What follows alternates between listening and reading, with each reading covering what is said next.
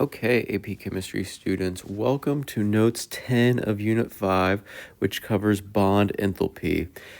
You're probably familiar with the idea of bond energy. We've discussed that there are single bonds, and a single bond maybe looks like this, and we would say that its bond order is 1, and it's composed of one sigma bond. And we've also kind of discussed how sigma bonds are stronger than pi bonds. And so if we have a double bond, of course, the bond order is 2. We would say that that's composed of one strong sigma bond and then one weaker pi bond. And then if we have a triple bond, the bond order is equal to 3, composed of one sigma bond and, of course, 2 pi bonds. So with that knowledge, we're going to see actually mathematically that a triple bond is truly not 3 times the amount of energy to break as a single bond. And this idea is all wrapped up in this concept of bond enthalpy, where you need to know that forming bonds releases energy to the surroundings, and then to break bonds, it takes energy to break a bond. That kind of makes sense because if you think about somebody, breaking their arm or something of that nature, it is going to require an input of energy. So how we measure this is this term called enthalpy. And enthalpy is represented by the variable h. And you can just kind of think about why it's h is because it's a representation of the change in heat, but specifically per mole of reaction. So as we said, forming bonds releases energy to the surroundings. We would call this exothermic. That would be a negative delta H, or a negative change in heat. Where breaking bonds is endothermic, we would call that a positive delta H. And this equation can be summed up in this formula where delta H is equal to the sum of bonds broken minus the sum of bonds formed. And unfortunately, this is not on the AP Chemistry formula sheet. I wish it were, but it is not. But don't fret because it is somewhat easy to remember if you kind of think about it in alphabetical order, where BB, or bonds broken,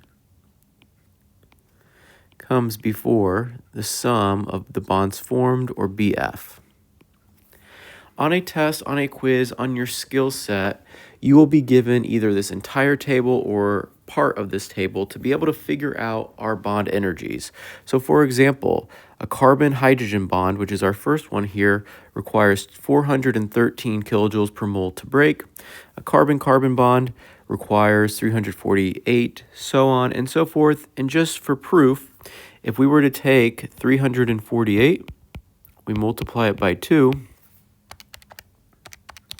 you would expect 696 kilojoules per mole for a CC double bond perhaps, but we can see here under our multiple bonds that that is actually a little bit less due to the fact that it is made up of not 2 sigma bonds, but rather a sigma and a pi bond. Okay, so let's go ahead and practice this. We're probably not going to do all of these, but we're going to look at some good ones. The first thing that you want to do is when it says estimate the change in enthalpy for the reactions, understand that change in enthalpy might be a new term for you, but that is just our delta H. And we know that delta H is equal to the sum of the bonds broken minus the sum of the bonds formed. Okay.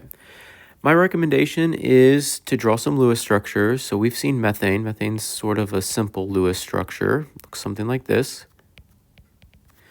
And then we have diatomic oxygen. I will tell you it looks like this. There are some lone pairs. For the rest of this video, I'm not going to include lone pairs only because lone pairs are not bonds, therefore they are not impacting any kind of change in enthalpy. CO2 looks something like this. Then water looks something like this. Okay. So I'm going to change to red to show you the math. And I would really like that you set up the math the way I do, because on the AP Chemistry test, if you can set it up this way, you increase the chances of earning the most points possible. Okay, so if we were to break bonds, boom, boom, boom, boom, boom, we're going to break these bonds.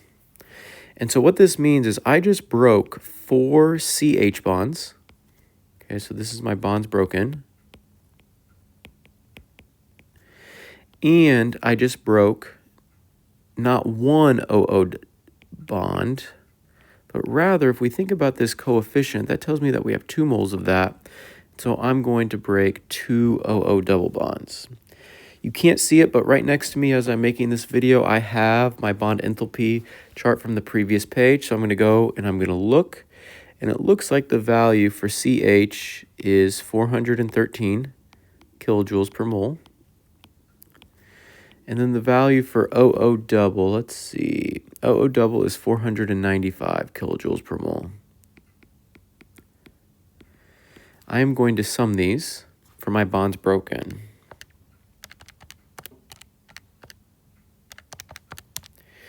And my bonds broken value is 2642 kilojoules per mole. From there, I'm going to subtract my bonds formed.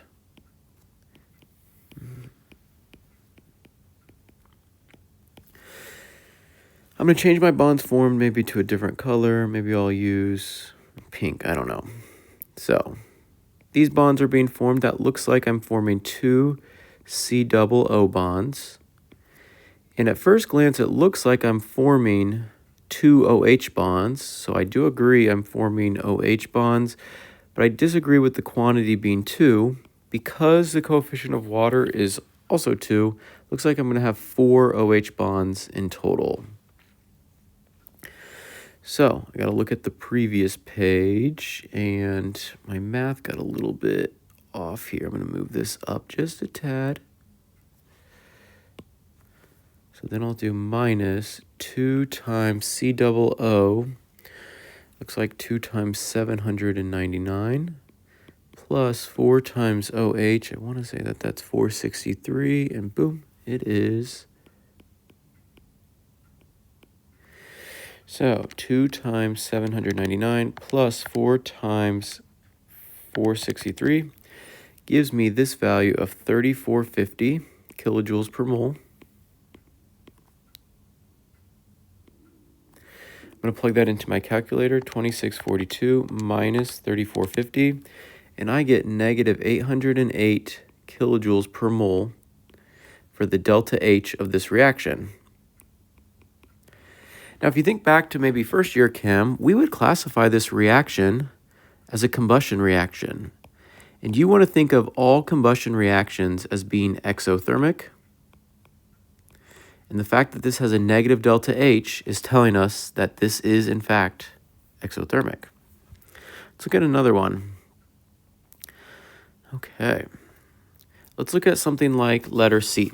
Letter C is already balanced. And so we can think about this as H bonded to H in single bond form, Cl bonded to Cl, and then H bonded to Cl in single bond form if you go through and you do the Lewis structure. I drew 2 HCl's just so that you're able to see the fact that it does in fact have 2 moles there. We're going to do delta H is equal to the sum of the bonds broken minus the sum of the bonds formed. And first, I think it's good to make a prediction. This is what we call a synthesis reaction. And you might have learned in first year chem that synthesis reactions are usually,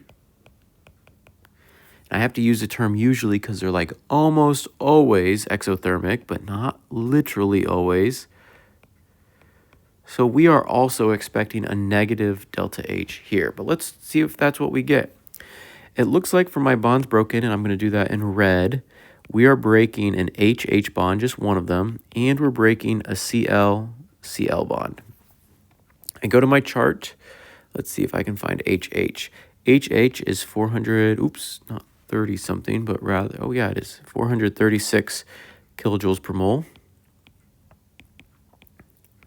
And then Cl-Cl is 242. One thing to think about, which you don't really have to right now, but why is that so much weaker? Well, we've discussed in class that chlorine is kind of a large element, so 2 chlorines bonded together, although they can share valence electrons to end up with an octet, because they're so large, their bond distance is also large, and a large bond distance is going to be a long bond, and long bonds, by definition, are just weaker bonds. So this is going to be 678 kilojoules per mole. Then I'll use pink again for my bonds formed. So I like to do one giant bracket because your bonds formed, you might have multiple things that you need to sum before you're able to subtract the two terms of bond broken and bonds formed. So it looks like we have two H-Cl bonds. So that's going to be 2 times, let's see if that's on here, 431 kilojoules per mole.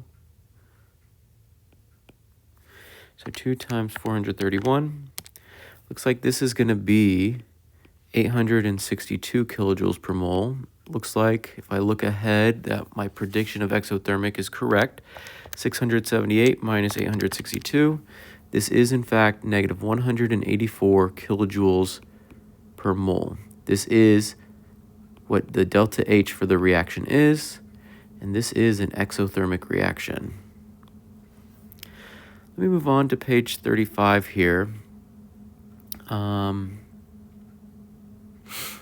Sometimes your Lewis structures are given, so let me just kind of point something out. Look at letter G. This is essentially CH4 plus 2 O2 goes to CO2 plus 2 H2O. Also a combustion reaction. If I go back up to letter A, as I'm looking at this, I feel like that's exactly the same, and it is. It's just when we completed letter A, we drew those Lewis structures. So oftentimes on a test, on a quiz, on the AP test, they might even give you the Lewis structures here, and that's okay. So let's look at something like letter E. This will probably be our last one for these sets of notes. We have C2H6. So that's not a Lewis structure that I'm used to all the time. So I'm going to quickly say that the carbon has 4 valence electrons and hydrogen has 1. So 8 plus 6 is going to be 14. Carbon's going to be a central element. I'm going to bond my 2 carbons together, and I'm going to give each carbon 3 hydrogens. And now I'm going to count 2, 4, 6, 8, 10, 12, 14. So this one looks good. Then I'm going to do O2. I just kind of know that one off the top of my head. Looks like this. I know CO2, and I know water. This one I wanted to do because although it's a combustion reaction, and so my prediction would be what? My prediction is exothermic for a combustion reaction. But look at these coefficients. I think some of them are kind of large. And so that really is going to be important that we got the Lewis structure right and then that we calculate things right. So again, delta H is going to be equal to the sum of the bonds broken minus the sum of the bonds formed. I'm going to do my bonds broken first. Boom, boom, boom, boom, boom, boom. So first, it looks like I have some CH bonds, and I just crossed out 6 of them. Although 6 is a somewhat right number, I do not want to make this 6. That is incorrect. I've got to think about how I really have 2 molecules of the formula C2H6. So if I do the math right, I believe that that's going to be 12. As I'm looking at my sheet for bond energy, let's see here, CH is going to be, it's going to end up being 12 times 413 kilojoules per mole. And then I'm also going to break a CC bond. Again, I know I at least have 1 CC bond, but because of that coefficient on the formula, looks like I'm going to break 2 in total. So CC, let's see if I can find that. No pun intended. Okay, 348. Now, I'm going to break some OO double. Looks like because the coefficient, again, is 7, I should be breaking 7 of those. OO double, I'm going to go to my multiple bond section, and that looks like that's going to be 495 kilojoules per mole. I'm going to pause, and I'm going to sum all of these. And it looks like it might be a kind of large number compared to the others that we just did.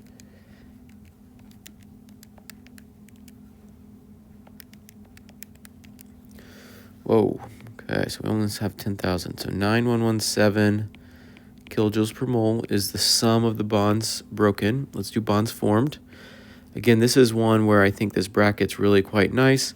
Looks like we're going to form some CO double bonds. The answer is not 4. The answer is also not 2, but rather per molecule of CO2 we're forming 2. Then there's 4 total molecules, so that looks like that's going to be 8 CO double bonds formed. So we'll do 8 times 799. That'll be kilojoules per mole. Plus, looks like we have 2 OH bonds, but there's 6 total molecules, so that'll be 12. So that'll be 12 times 463 kilojoules per mole. Okay, so 8 times 799 plus 12 times 463. So this one we did crack 10,000. It looks like we're going to subtract 11,948 kilojoules per mole. I can start to see that this is in fact going to be exothermic.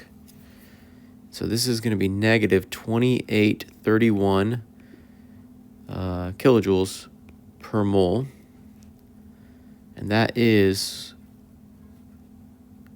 what delta H for our reaction is equal to. Okay. Based on that, you should be able to start your skill set on bond enthalpy.